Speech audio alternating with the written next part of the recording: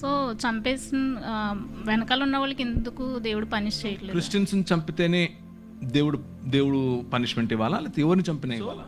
Question ఏంటి అని అంటే క్రైస్తవుల, బౌద్ధుల, ముస్లిముల, హిందువుల కాదు. ఒక మనిషిని అన్యాయంగా చంపడం, అన్యాయం జరిగిన చోట దేవుడు ఎందుకు ఏం చేయట్లేదు కదా, అంతేనా? హబక్కుకు గ్రంథం అంతా ఇదే. The entire book of Habakkuk is this.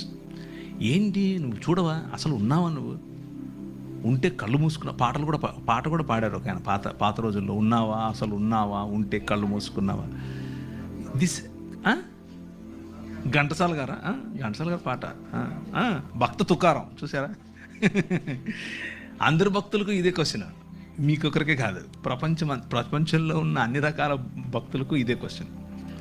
అయితే భక్తులు ఏమి ఎక్స్పెక్ట్ చేస్తారంటే జరగంగానే ఆయన కత్తెత్తుకొని వచ్చేసి వేసేయాలనుకుంటారు. But God doesn't work like that. ఆయన అలా పనిచేయడు. ఆయన ఏమంటాడు అని అంటే నా ప్లాన్ ఒకటి ఉంది, నేను చేస్తున్నా. అప్పుడు హబక్కుకు కోపం వచ్చి దాన్ని ఏమంటారు, అలిగితాడు. అలిగి పై గోపురం ఎక్కి మఠం వేసుకొని కూర్చుంటాడు, నువ్వు చెప్పు నాకు ఇప్పుడు ఆన్సర్ అని. దానికి ప్రభు ఏం చెప్తున్నాడు అని అంటే, నువ్వు చూస్తుండు, నేను చేస్తున్నా, నేను ఒక నూతన కార్యం చేస్తున్నా, అది వస్తుంది, అది జరుగుతుంది. You just need to see it. భక్తిహీనులు ఇలా అయిపోతే, భక్తిహీనులు అసలు భక్తి లేని వాళ్ళు మాకంటే తక్కువ నీతిపరులు వచ్చి మాకు బుద్ధి చెప్తారా అనేది ఆయన క్వశ్చన్. దానికి దేవుడు ఇచ్చేటటువంటి ఆన్సర్ ఏంటి అని అంటే, నువ్వు చాలా భక్తిపరుడు అని నువ్వు అనుకుంటున్నావు, ఇశ్రాయేలు, యూదా. కానీ తూరు 2-3 సార్లు 4 సార్లు చేసిన తప్పు ఏదైతే ఉందో అది నీలో కూడా జరిగితే నిన్ను కూడా అలాగే పంపిస్తా. దమిష్కు 3 సార్లు 4 సార్లు చేసిన తప్పు ఏదైతే ఉందో అది నీలో ఉంటే నిన్ను కూడా అదే చేస్తా. హోషేయ గ్రంథం అంతా ఇదే. సో చిరుత పులుల వల్ల ఎగిరేటటువంటి గుర్రాలు కలిగినటువంటి కల్దీయులను లేపి మీ మధ్యకు తీసుకొస్తా. ఆ కల్దీయులు మిమ్మల్ని చెరపట్టుకొని పోతారు. మేము హింసింపబడటం నీకు ఇష్టమా అని అడుగుతాడు ఈయన.